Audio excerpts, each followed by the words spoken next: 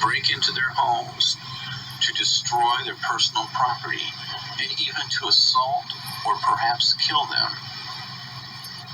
Remember, these vigilante groups are in effect experimental groups themselves, being fooled and utilized by U.S. intelligence agencies to target political dissidents in the community. What I'd like to do right now, really quickly, is go into the community aspects of your stalking and your street theater.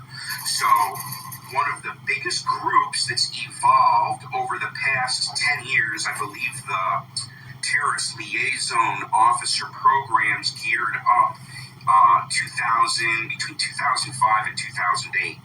And it was the brainchild of some fine fellow out there in the Midwest. He might have been a fireman or an LEO at one point in time.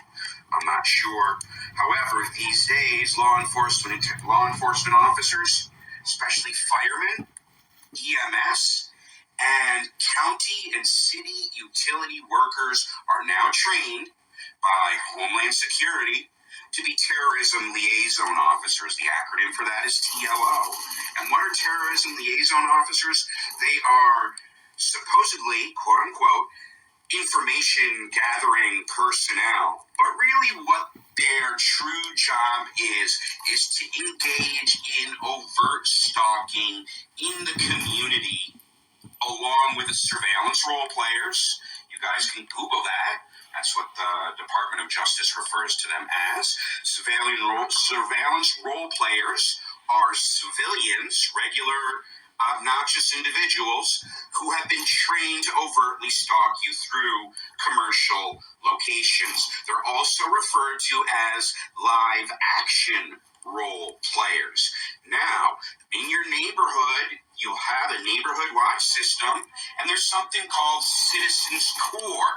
Now, Neighborhood Watch and Citizens Corps basically are tasked with, keeping eyes on potential threats in the neighborhood and passing that on to local law enforcement, who would then in turn enter it into the system and would get fed to the threat fusion centers. Well, these people are tasked, your neighbors, Citizens Corps members, Neighborhood Watch members, surveillance role players, live action role players, and the terrorism liaison officers are all engaged in your active stalking on a daily basis, and incidentally, they're funded by the federal government for these acts, which do indeed constitute domestic terrorism. Now, also on the street level, you're going to have the law enforcement intelligence units with your local and state police interfacing with gang members, criminals, and once again, your neighborhood, anyone who works at a commercial location that you frequent, whether it's a store, a gym, the liquor store. They're going to roll in with a fake dossier, tell them that you're, mutilating starfish out of a sexual desire every other full moon, or just something totally off the wall and disgusting, in order to turn the individual against you. And this is an old Stasi trick. Why go out and recruit people that don't know you to approach you? What they're going to do is they're going to come after your inner circle first, and they're going to compensate them, coerce them, or threaten them. They have a few different tactics for approaching an individual who they want to get to engage in this protocol against you. So not only do they do a psychological profile of the target dozens of times over to see his evolution, psychological evolution or variances underneath the protocol, but they also psychologically profile the individuals that they're going to approach and who are going to be involved in overtly stalking you. Now let me see, where can I go from here? Payment methods, gift cards, healthcare, immigration assistance.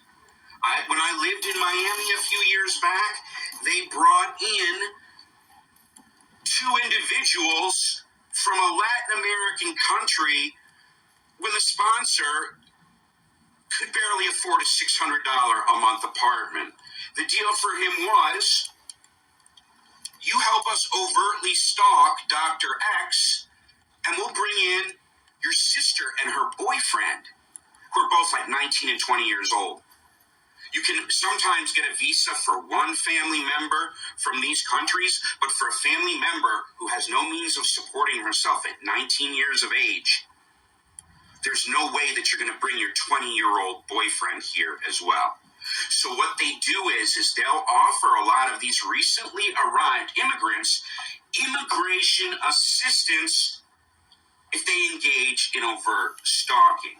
And they might say, hey, we realize that your mom is down there in Honduras, and she's had her visa hung up for a year and a half. I'll tell you what we're going to do is we're going to have your mom here in the U.S. within the next month or two if you agree to help us.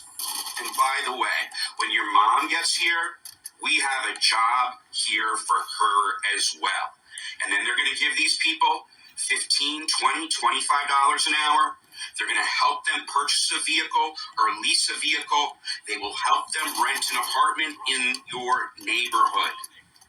You can be an upright, law-abiding citizen, and they will utilize the scum of the earth in an attempt to take you down.